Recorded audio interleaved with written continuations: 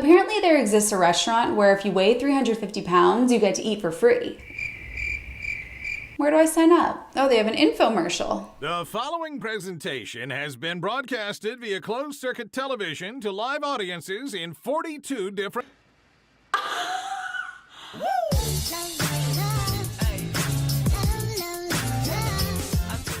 Hello, my honeys, it's Emmy. If you're new to the channel, welcome. My name is Emmy. I'm a nutritionist and the creator of the Slim on Starch program, where you work with me as well as a mindset coach to lose weight on a plant-based diet.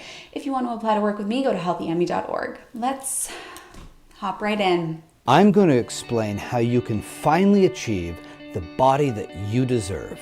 Now, I'm talking about a diet program with close medical supervision, no contracts, and results that I personally guarantee. What more could you ask for in a diet program? Does this guy blink, by the way? Now, let me ask you, wouldn't it be better if you can gain all the weight you wanted and have others cater to your every need? This monument to greasy gluttony is called the Heart Attack Grill. It's a sort of hospital-themed Hooters. Every customer must wear a hospital gown. Still, it's what's on the menu that gets most of the attention. The single, double, triple, or quadruple bypass burger. The restaurant has become a bit of a national sensation. I'm up another few inches. In no small part, thanks to this very big man, Blair River, the so-called spokesmodel of the Heart Attack Grill. Featured in a series of tongue-in-cheek commercials that have gone viral.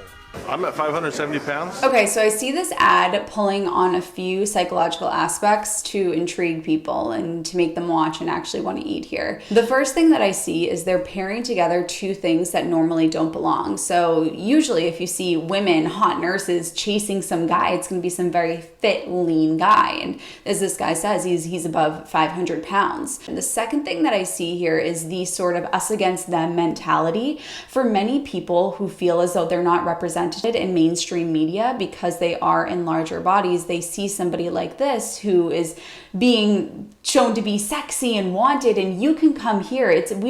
Who cares about those fit people? You are one of us here. Let's all band together, and this is where you can feel safe. The reality is that this is very far from safe. This is the equivalent to if you had a bar that was designed for alcoholics, and if you have gotten this many DUIs or if you have liver failure, you get to drink for free. People think that that might be a comparison that's not fair to make, but it's totally fair. In fact, I think that this is worse because this is processed meats. Processed meats are a grade 1A carcinogen right there next to asbestos. This would be actually, here's a better comparison. If you go to the gas station and you tell them that you have lung cancer, you get a free pack of cigarettes. That's the equivalent because cigarettes and processed red meats are in the same grade of carcinogens, according to cancer.org. And then another psychological pull that I see happening here is something that Dr. McDougall actually talks about, which is people like to hear good things about their bad habits. So this is a place where you can go to and people are actually encouraging bad habits. It makes people that are addicted to these foods feel as though they're doing something right. You know, you step on the scale and you're north of 350 pounds, you get a free meal and people cheer and scream for you. We met Blair in January. Back then, he told us one of the perks of the job is eating free. Anyone who is over 350 pounds doesn't have to pay. Sadly, Blair died last week at the age of 29.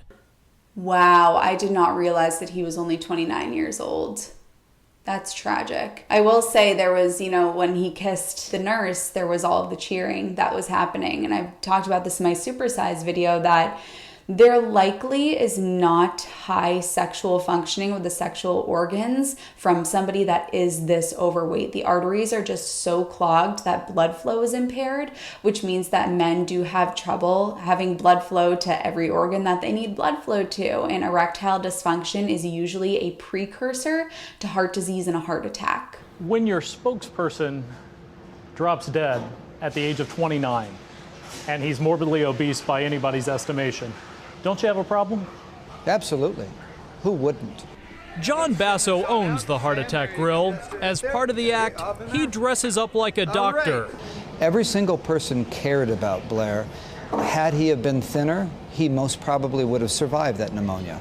And that's a hard fact that I'm not here to deny. There's an argument to be made that you used this guy during his life, and that now you are very morbidly using his death to continue to promote your restaurant. I absolutely agree. And in a very sick way, his death has gotten the message out further. So this man's death has not given you pause at all? Zero pause. This is very odd, and I think everybody can agree that that's quite strange behavior, but when you really dig through what's going on here, this man makes a lot of money, and at the end of the day, these people are being used, and their addictions are being exploited. Humans are being exploited. It's actually not that great a business model when you think about it, because if he's killing his customers, it's not going to work out. See, hospitals have the right business model because hospitals keep people fat, sick, and nearly dead. But there's no money in dead people and there's no money in healthy people. So you got to keep them right there on the cusp. This guy's got to reform his business model. For a man who is making an awful lot of money serving up artery clogging burgers, Basso has a most unusual justification that America needs shock therapy to cure its obesity epidemic. I hope that every single person out there comes in and buys a hamburger and a t-shirt from me. But you know what? I am saying loudly and as clearly as any business in America can, this is dangerous. The words are meaningless. Actions speak louder than words. It's like stabbing somebody and saying, I don't want to kill you while you're actively stabbing them. The words are meaningless. You are not what you say you do. You are what you do. You are your actions. You almost have to give him some props for actually saying up front that he knows what he is doing is what I would say is unethical. When you think about the documentary, What the Health, they contact the association that's supposedly helping people with diabetes that are promoting these low carb, high fat diets and say, why is there bacon wrapped shrimp on your website as a recipe here? And they deny to respond about it. The cause of diabetes is not sugar. The cause of diabetes is not carbs, but people think that that is the cause and are put on low carb diets.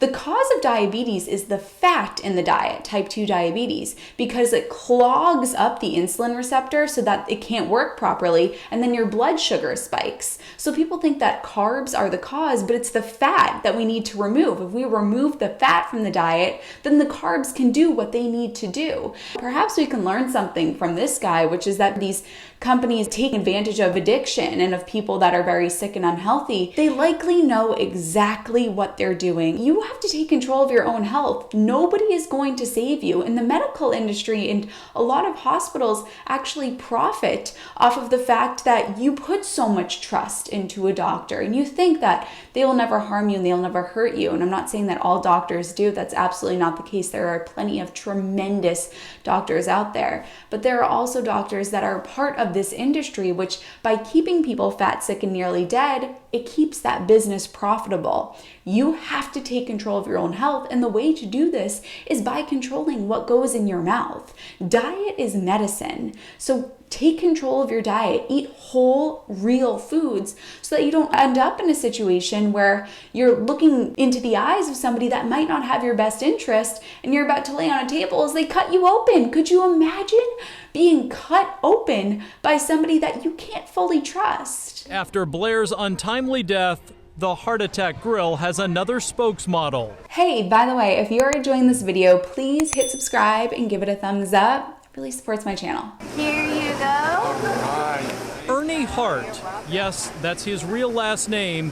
And yes, he is chowing down on a quadruple bypass.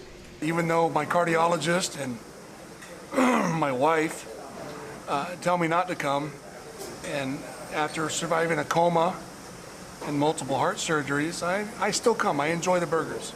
This is like when somebody has a DUI or they have an overdose. It's not a wake-up call because the drug is so addictive that they cannot stay away.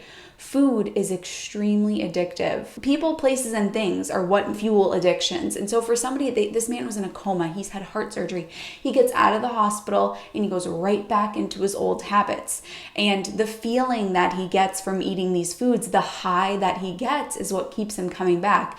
The hard part and the sad part of this is that for many people, they don't even get the high from these foods anymore. They actually get very sick when they're not eating these foods. There's something called toxic hunger, and it's quite fascinating. Dr. Furman coined this phrase, I believe it was him, that when we are eating these highly addictive, highly processed foods, and then we take a break from it, even for a few hours, we start to think that we're hungry, and our body will send us signals of fatigue and tiredness and low blood sugar.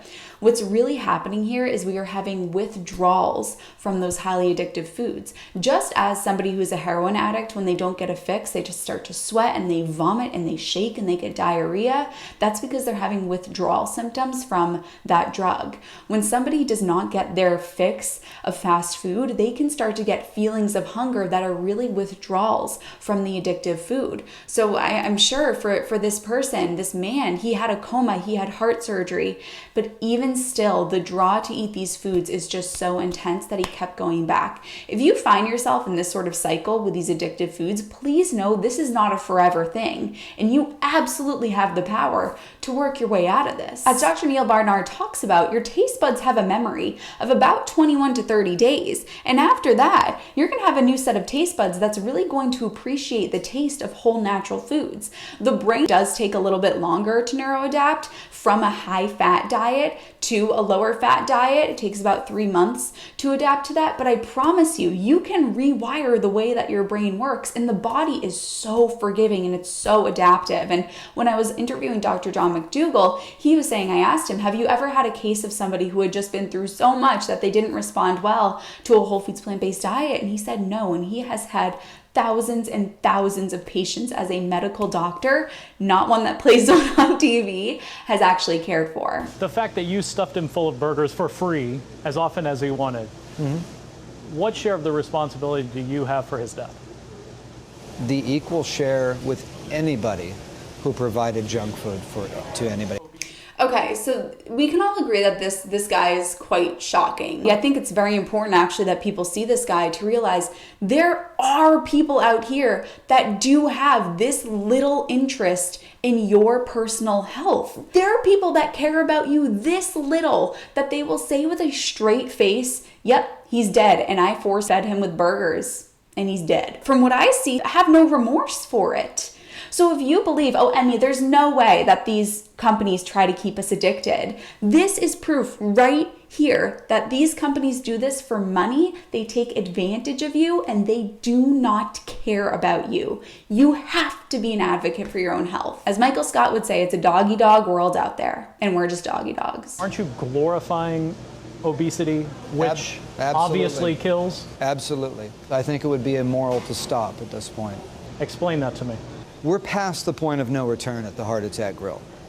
We have blood on our hands at this point. That is okay. Let's say that somebody says, "Hey, can you hold my phone for a sec?" And you hold their phone and you drop it, and your friend's phone gets a little crack in it. Do you then take a hammer and smash it to bits because you've already gotten a crack in it? No, that's absurd. That's exactly what this guy is saying he's doing. The doctor is taking his act on the road. Okay, let's talk about that. He was talking to kids. This is not absurd, what I'm about to say. This would be the equivalent to teaching a child how to smoke a cigarette. As we talked about earlier, cigarettes and processed red meats are in the same category for causing cancer. They're class 1A. They're as cancer causing as it gets. This is wild that these foods are legal. All right, so apparently there's a bunch of infomercials here on the Heart Attack Grill website. If you want me to review these infomercials, leave a comment saying part 2, and I'll do a part 2. This is enough for today. I love you, honeys. I'll see you in my next one.